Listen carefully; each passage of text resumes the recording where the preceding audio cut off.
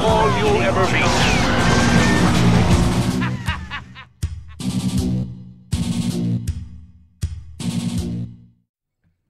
In the mid-1950s, a new genre became popular in Hollywood. Known by cinema historians as teen exploitation, this genre tended to focus on delinquent youths, usually in poor suburbs, slums, or small towns, and it was made popular by films like Blackboard Jungle and Rebel Without a Cause. This inspired film distributor Jack Harris to produce a movie of his own that would combine teen exploitation with the red-hot craze of science fiction. This would prove to be so potent a combination that even without the support of Hollywood or much in the way of money, Harris could create a cultural phenomenon that would stand the test of time.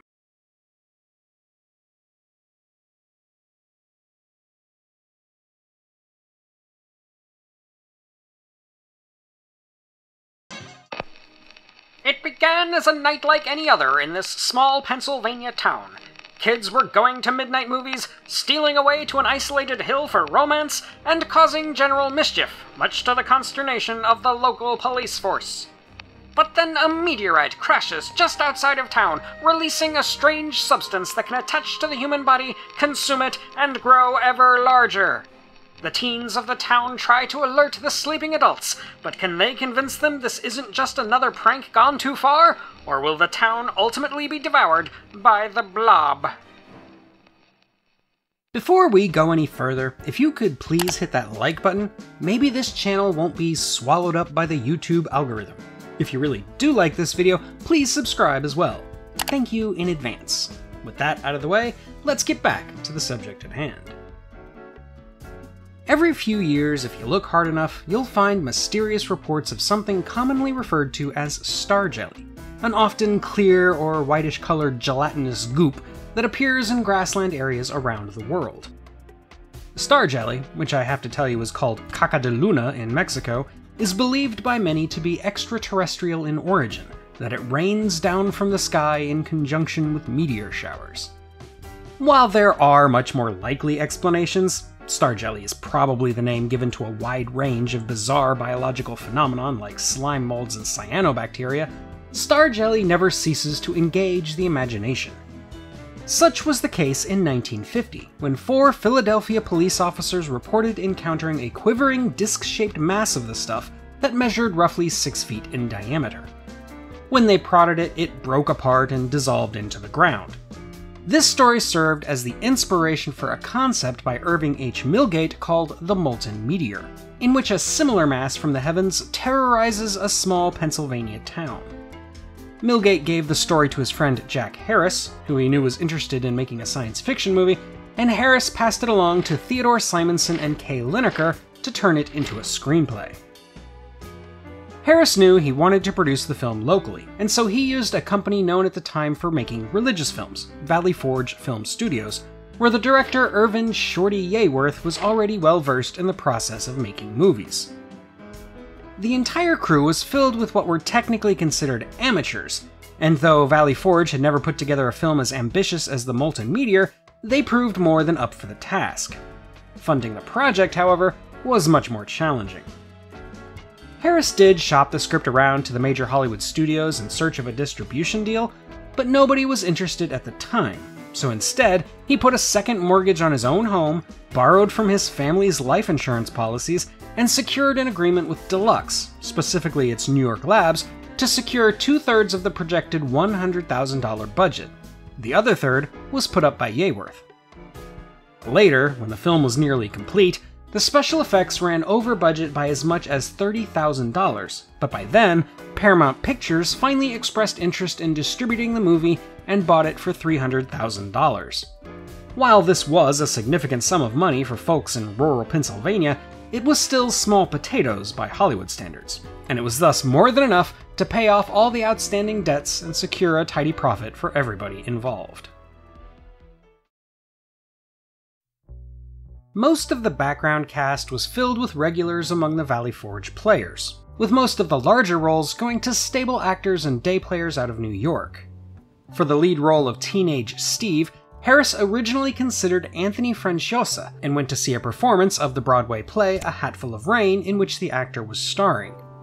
During this performance, Harris was instead taken with one of the understudies who had a chance to act, a virtual unknown by the name of Steve McQueen. Unfortunately, Irvin Yeaworth had already met McQueen during the filming of one of his religious shorts sometime earlier. McQueen hadn't actually been in the film, but was rather visiting his girlfriend and future wife Neely Adams, who was in the film. McQueen was reportedly so obnoxious and disruptive on set that Yeaworth, who was actually around the same age as McQueen, asked him to leave. How exactly McQueen won Yeaworth over is a matter of competing stories, depending on who you ask, but for whatever reason, Yeaworth relented and McQueen was offered the part. Surprisingly though, McQueen wasn't terribly interested in the script, and felt that, at 28, he was much too old for the part. However, in need of money, he signed on, opting to take a flat rate of $2,500 to $3,000 instead of a percentage of the film's gross, believing that the film wouldn't be a success.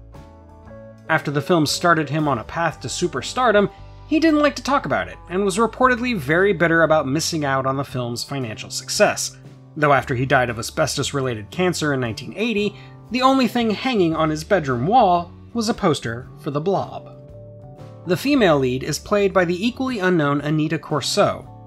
Harris only hired her one day before cameras rolled on the film, with her part starting the day after.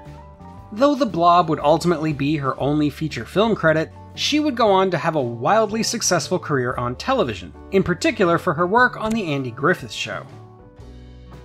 Other notable actors include Them's Olin Howlin as the Blob's first victim, The Stepford Wives' Robert Fields as Steve's mischievous buddy Tony, and When Worlds Collide's Stephen Chase as the town doctor. Screenwriter Ted Simonson has a brief cameo in the movie theater, and Yeaworth's voice can be heard in the background of this scene.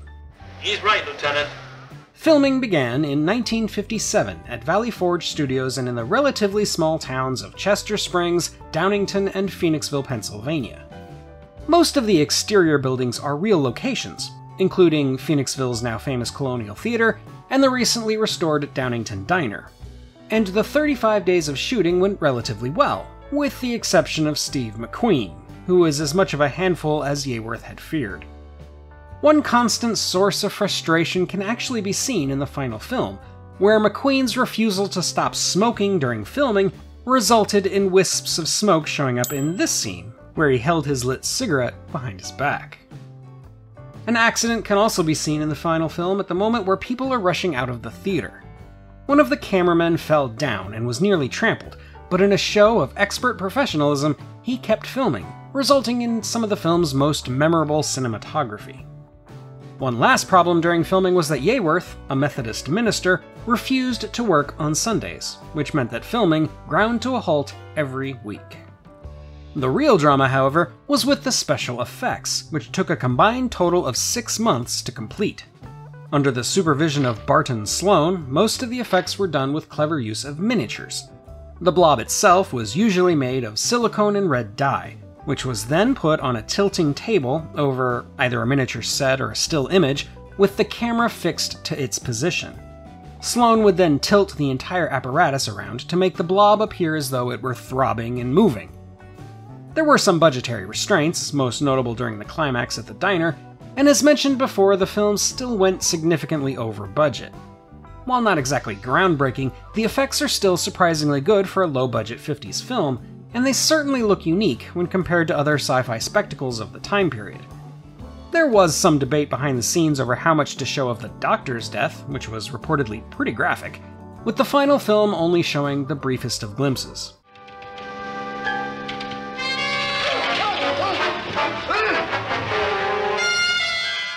The script was called The Molten Meteor, but during production, the film was renamed The Glob.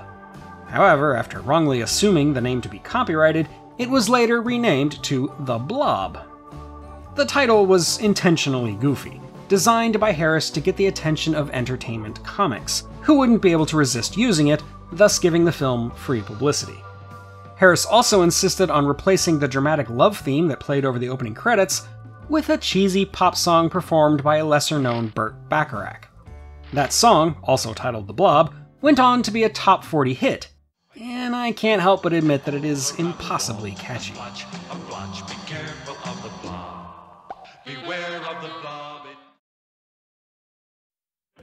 Paramount released The Blob as a double feature with I Married a Monster from Outer Space in September of 1958. While the latter film was by far the more expensive, The Blob proved to be far more popular. Serendipitously, shipping errors led to some prints of The Blob reaching theaters without the other feature attached, and showings in which The Blob went solo made more money and got better word of mouth than the double features. Still, movie critics, generally speaking, lambasted the film, unimpressed by the story, the acting, or the effects. Even though Paramount didn't expect much from it outside of the drive-in market, the film still managed to be incredibly popular, ultimately earning a gross of roughly $4 million. The film rapidly entered the zeitgeist, and as Harris had predicted, it was used as a punchline so much that practically everyone had heard of it. Harris would later buy the film back from Paramount and release it again a few years later, and it was still popular enough to turn a significant profit. There was a moderately successful sequel released in 1972, called either Beware the Blob or later Son of Blob, and a less successful remake came out in the late 80s. There were a few failed attempts to turn it into a television series, and there has been persistent talk of another remake for the last decade or so. If you go to Phoenixville, Pennsylvania nowadays, you can experience an annual Blob Fest at the Colonial Theater, a 3-day celebration of all things The Blob. Now, I'll get to my opinion and analysis of the original movie in just a minute, but first, I'd like to urge you to consider joining my Patreon, where you can get early access to videos, vote on future topics, and more. If you'd prefer to give me a one-time contribution, click on the thanks heart below. YouTube ad revenue is notoriously fickle, and your support goes a long way to making videos like this possible. So, getting back to The Blob, it's hard for a 50s sci-fi movie featuring something crashing to the Earth to stand out, as it was practically a subgenre all its own. Still, I think The Blob does a decent job standing out in a crowded field, with its unique teen spin, tongue-in-cheek tone, and original creature concept. It's pretty well crafted for a non-Hollywood production, even if some of the acting isn't exactly award-worthy. Now, calm down, Elizabeth. I looked in both their rooms, they're both gone! Are you sure? Yes! It does occasionally feel a little slow, in part due to a lack of reverse shots in many scenes, but the script can't be faulted for taking its time to set up its little slice of small-town life in order to build tension. There are some great sequences of suspense, such as the cutting back and forth between our heroes trying to get the old man to a doctor, and the doctor himself about to leave for a medical conference, and the climax beneath the diner is surprisingly harrowing. As for what it all means, I want to preface my analysis with the disclaimer that the filmmakers weren't terribly interested in crafting any kind of message or overarching theme. The closest they had in mind was showing how teenagers weren't as hopelessly delinquent as Hollywood was making them out to be. Even though they are shown causing mischief, the teenagers in The Blob are ultimately heroes, collecting the tools needed to put the creature out of commission, with even the school principal engaging in some light B&E for the cause. Therefore, any further meaning that can be gleaned from the movie is more a reflection of the time period, and not really the intent of its creators. As with every single 1950s sci-fi movie, The Blob is often cited as an example of red panic, in which the creature is seen as some kind of metaphor for American fears about communism. However, as is usually the case, this requires some mental gymnastics and creative interpretation that I don't find terribly compelling. Instead, I choose to look at The Blob as a generational struggle between the cynical, war-weary adults and the seemingly carefree kids who were little more than babies when World War II came to an end. Many of the adult characters come across as almost resentful of the teenagers, especially Sergeant Burt. The show's over. It was a cute act, but this time it didn't work. As though the kids represent a young adulthood they themselves were robbed of. The Blob can then be seen as a metaphor for cynicism itself, as it gobbles up the town's adults and threatens the children's innocence. Regardless of whether or not that's reading too much into things, I personally love The Blob for its sheer entertainment value alone. It's everything I enjoy about 1950s sci-fi horror, and it is a perfect example of a sci-fi classic. And that's all for today, my fellow Earthlings. What do you think of The Blob? Let me know in the comments below, and while you're there, don't forget to like and subscribe if you haven't already. Also check out my podcasts, The Streaming Heap and From Here to Paternity, available wherever you get your podcasts, and my debut novel Paradox, available through Amazon. You can find links in the description and on my website at emcgill.com, where you'll find written reviews of plenty more sci-fi classics in both film and literature. Until next time, though, when something horrifying will emerge from the black depths, this is the Unapologetic Geek, telling you to never be ashamed of what you love, as long as you're not hurting anybody.